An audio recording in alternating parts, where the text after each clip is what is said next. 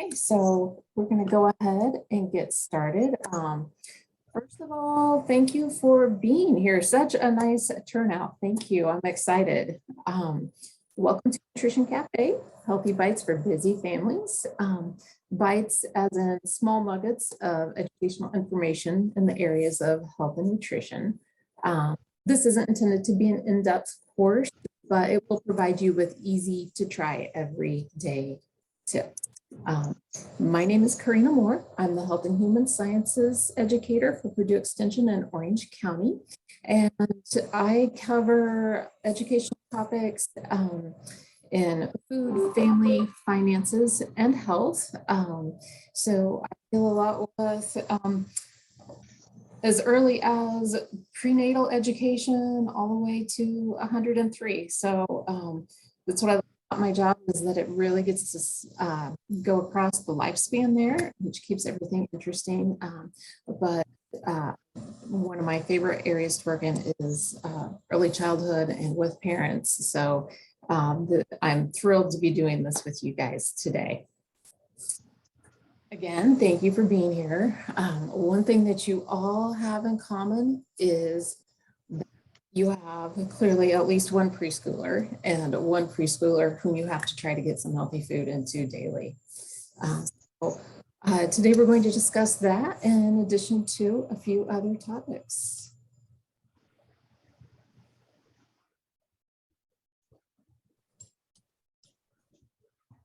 Okay.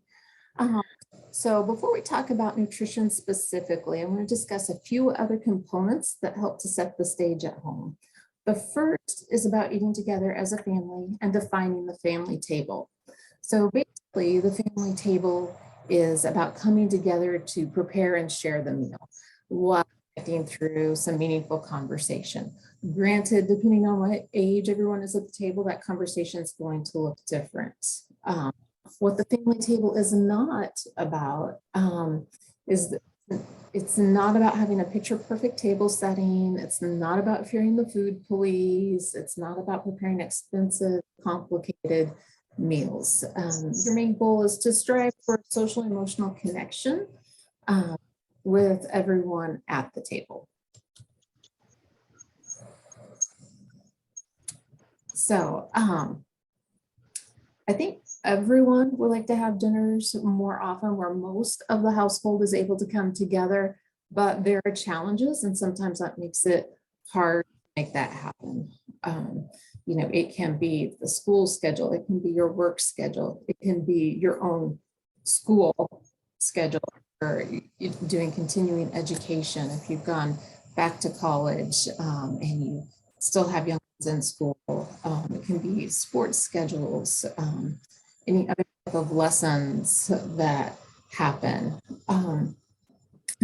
So here are a few tips I want you to keep in mind. Coming together to share a meal doesn't have to be all or nothing. A few nights a week is okay. I'm making a meal plan for the coming week with easy recipes. Grocery list with your meal plan in mind, and keep the grocery list in the kitchen for everyone to add to.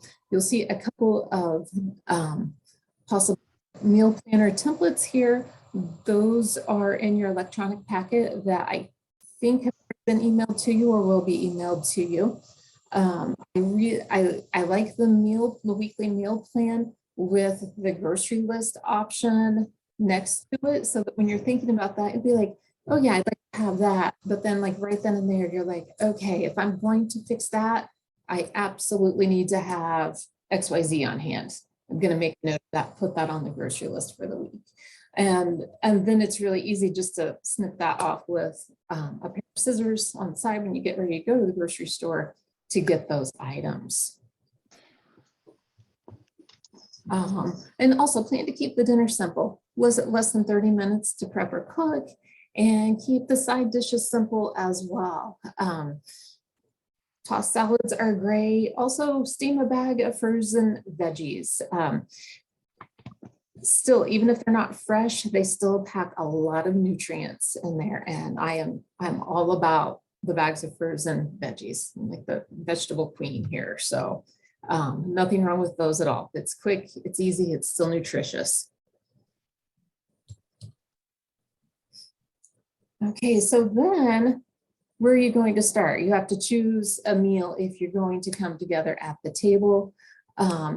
If you're working toward, if the family table is a new concept in your household, um, if you're working toward this for the first time, just choose something that's going to work best for you. Is it breakfast? Is it dinner? Is it weekend lunch? Because it's not about perfection. It's just shooting for improvement, and just start with 1 or 2 meals a week. Okay. Um, don't try to knock yourself out. It's okay. Small baby steps. So next slide. Here's the $1,000,000 question, particularly for first-time parents. And how much am I supposed to feed my kiddo?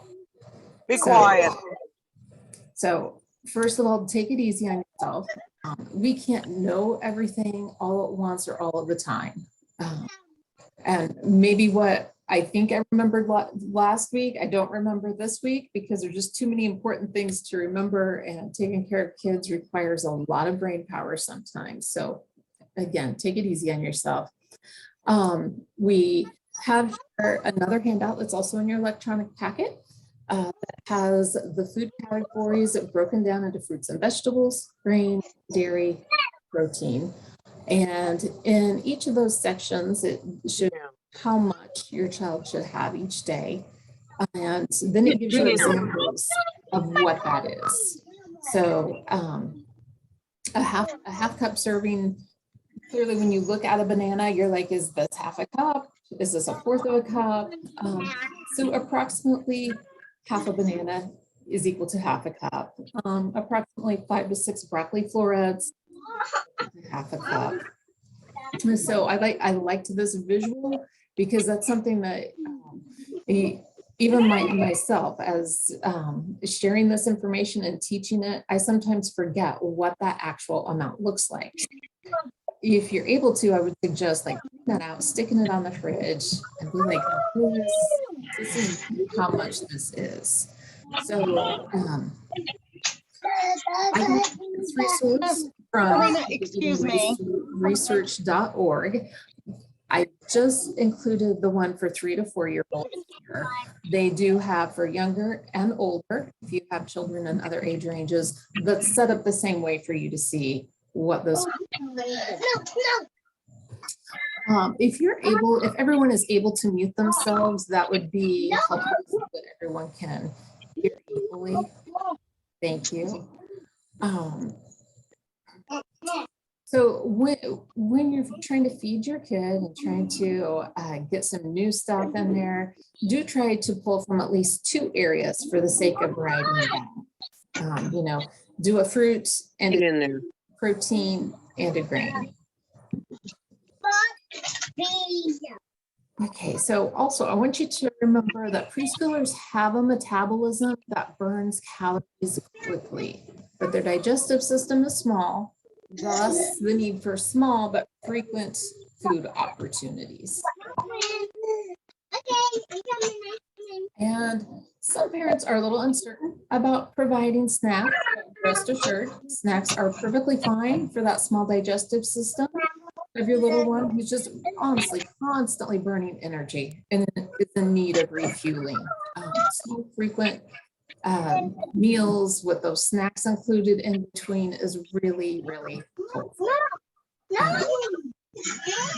Snacks can sometimes make up 1/4 to 1/2 of what a child eats during the day, so just choose wisely. Just because the snacks are quick doesn't mean they shouldn't be. And I'm sure you've heard this before, but again, the drink matters. Choose water or milk. There are so many ways that sugar gets snuck into foods, left and right, and it's definitely in fruit juice and soda. And so even if you're thinking that's just a special treat for your child, you can still use it as a special treat once in a while, but I would not do those things daily. And that's why I always stress, just do water and milk. It's safe, it's healthy, you're good to go that way. And plus it starts a good habit for them. So the nutrients you want to focus on are going to be protein, iron, vitamin D, calcium, healthy fats, and vitamin C. You want to avoid processed foods and added sugars and sugary drinks. When I say processed foods, that's anything that's a prepackaged food, such as granola bars, chips, crackers, puffs. Now, that's not to say that those aren't great options for car trips, backup snacks, things that you keep in the diaper bag, in a to-go bag. Those are fine. Then I'm not saying throw them out entirely. Don't let that be your child's regular daily snack. There's not a lot of healthy nutrients in those to sustain them, like the ones listed on the screen here: the protein, iron, vitamin D, calcium, healthy fats, and vitamin C. Those types of snacks just don't pack those things in there. So again, another great handout, which is included in your electronic packet. And these are great things to keep on hand on a regular basis, or maybe you never thought about serving them as a snack at home. And you're like, oh, well, we'll try that. That's really helpful. And just, you might try one new thing every couple of weeks. I do want to make a note on the area of breads and cereals, where it gives you some whole grain options. If something is truly whole grain, when you look on the ingredient list, whole grain should be listed as the first ingredient. Also want to make a note regarding low sugar yogurt. Low sugar yogurt can always be jazzed up with a couple of pieces of fruit, such as strawberries or blueberries, or even offer some apple slices, and they can use the yogurt as a dip. Again, yogurt is one of those sneaky food items that if you're not watching carefully, some brands pack a lot of sugar into the yogurt. That's why it specifically says low sugar yogurt. I would try to aim for like, say, no more than 9 to 11 grams of sugar in a serving of yogurt.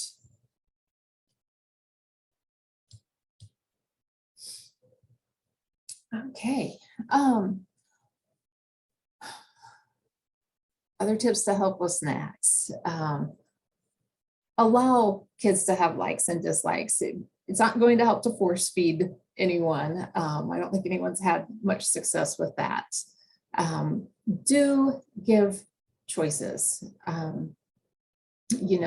Put a couple of things out. If you're really not sure, if you're kind of still in the introductory stage or the pickiness stage, give them a couple of options so that if it's something they really don't like, it's not like they're left with nothing.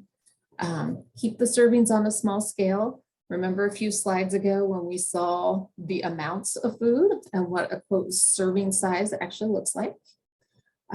Consider using leftovers from the day before, the night before. If you had something for dinner that they loved, if there was some casserole dish, you know what? If you save some of that for leftovers, you use a small portion of that for a snack. That's helpful too. And rotate through their favorites. Allow them to have favorites. Allow them to tell you what their favorites are.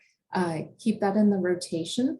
And remember, there's nothing wrong with providing choices to let your child feel like they're a part of the process. And if they make a choice, then they're more likely to commit to eating whatever it is that they choose. So a little psychology there to pull them into having them eat some healthier things too that they get to choose on their own. So something that's really hard to avoid in today's world is technology. So we kind of had to come around to saying we accept technology and we create rules for it. So when you're having a meal at the table, whether that's snack time or dinner time, the key is to enhance communication and not detract from it. A meal should be a time to get some nourishment. It's an opportunity to connect and enhance communication. So if digital devices are present at the table or in the room, such as a television, then likely those things have the possibility to kind of take away from family connection and having meaningful conversation. The website listed here, the familydinnerproject.org, is full of fabulous resources. This is actually a screenshot from one of their pages that does talk about different ways to consider how technology can be used in your home, at the table. Does it belong in your kitchen? Maybe it doesn't. For some families, they say absolutely no devices during mealtime, and that works great. If that's the way a family chooses to go, they usually let the kids know that as a parent or adult, sometimes there are emergency situations where you do need to keep the phone present. And that, yes, that applies to the adult, but that does not apply to the child.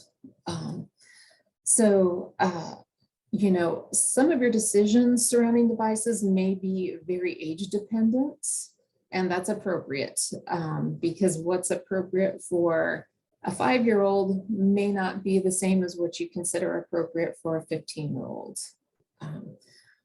Most importantly, you want to remember to be a good role model. And if you're asking your children to not use those devices, then you shouldn't. Now, if you make a rule that, you know, hey, Friday night pizza nights, we would like to come together and make this more fun, you might decide to use one of your devices for trivia questions. You might use it for some challenges. You might use it for different conversation starters. So you really want to just think about whether or not you want it, and if you do want technology present, how often it's going to be used, whether it's at the table, not at the table.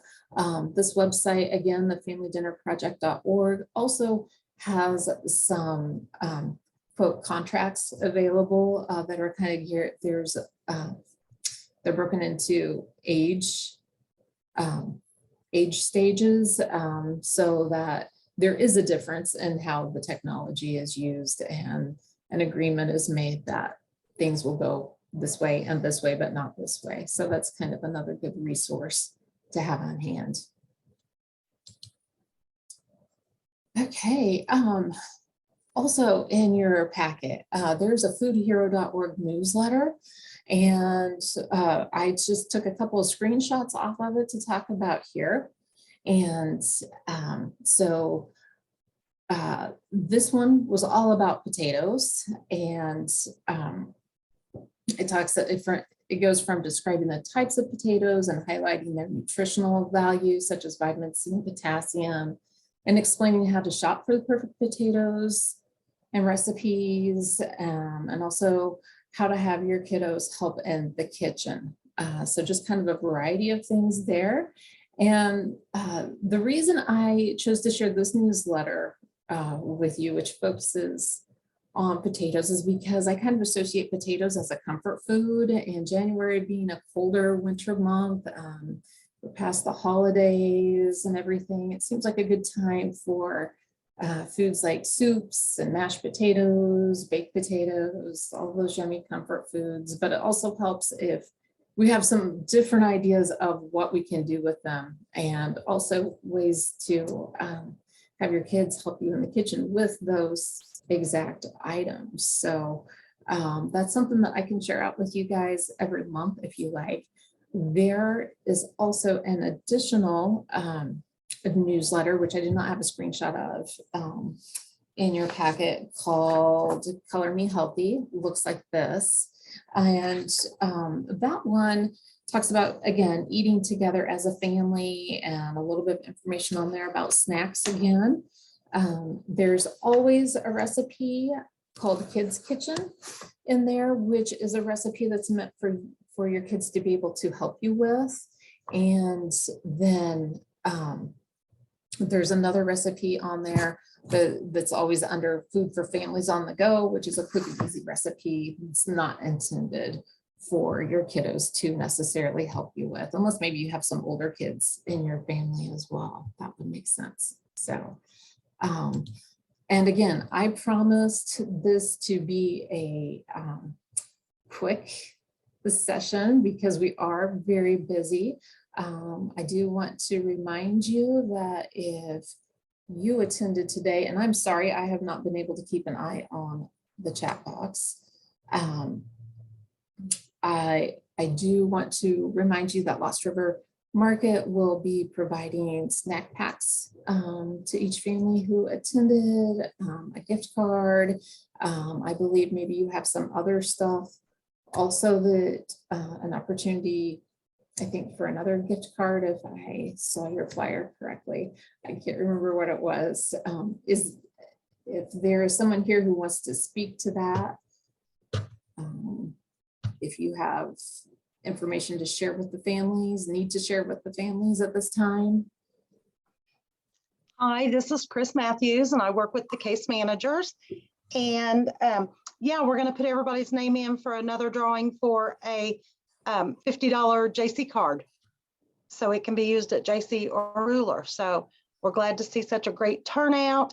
Make sure you tell us in the chat box who you are, if you're using one of your kids' tablets or something, because I don't recognize everybody's name. And we want to make sure and get you credited. Amber and I are going to do a pickup. So sometime next week, we'll go get your gift cards, your goodie bags. Is that right, Amber? Is that what we're planning on still doing next week's with them being virtual? Yes, yes. I'm still planning on picking them up next week, and they'll go home with the food bags. If you get it, if not, we'll get it to you. Don't worry. Okay, and Fabulous. And that's right. I had forgotten that you guys were still virtual this week. So that makes me want to give you all a huge pat on the back for showing up for this. Thank you so much.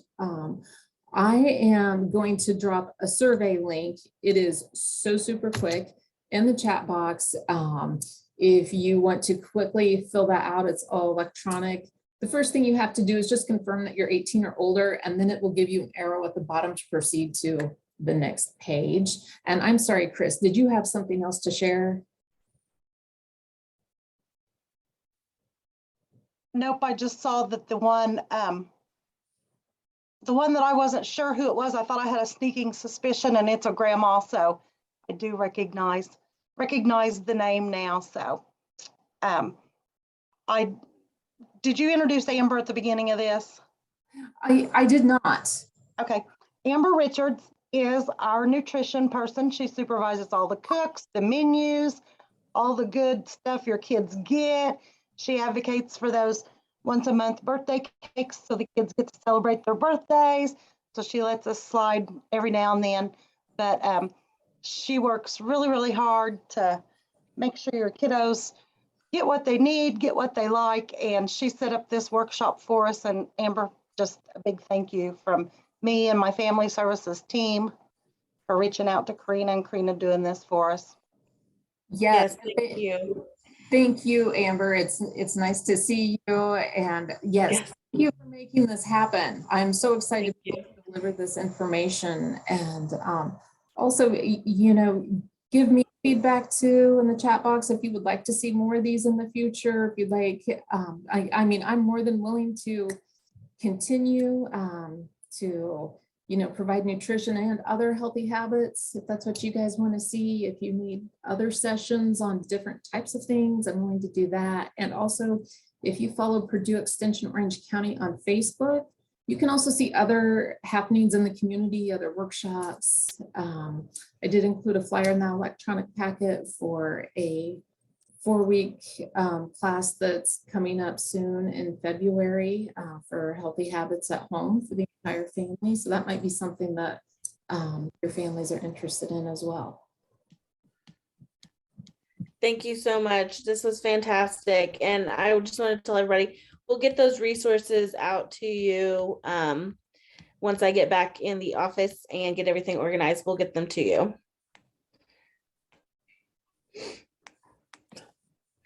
Okay, does anyone have any questions for me? Okay, You can always reach out to me via Facebook, via email, if you need to, connect with, if it's easier to connect with Amber and have your questions, comments forwarded, that's fine too. And if you have just a few moments to complete the survey with the link in the chat box, that's super. Much appreciated. Thank you for your time and have a good evening. Thanks, everyone.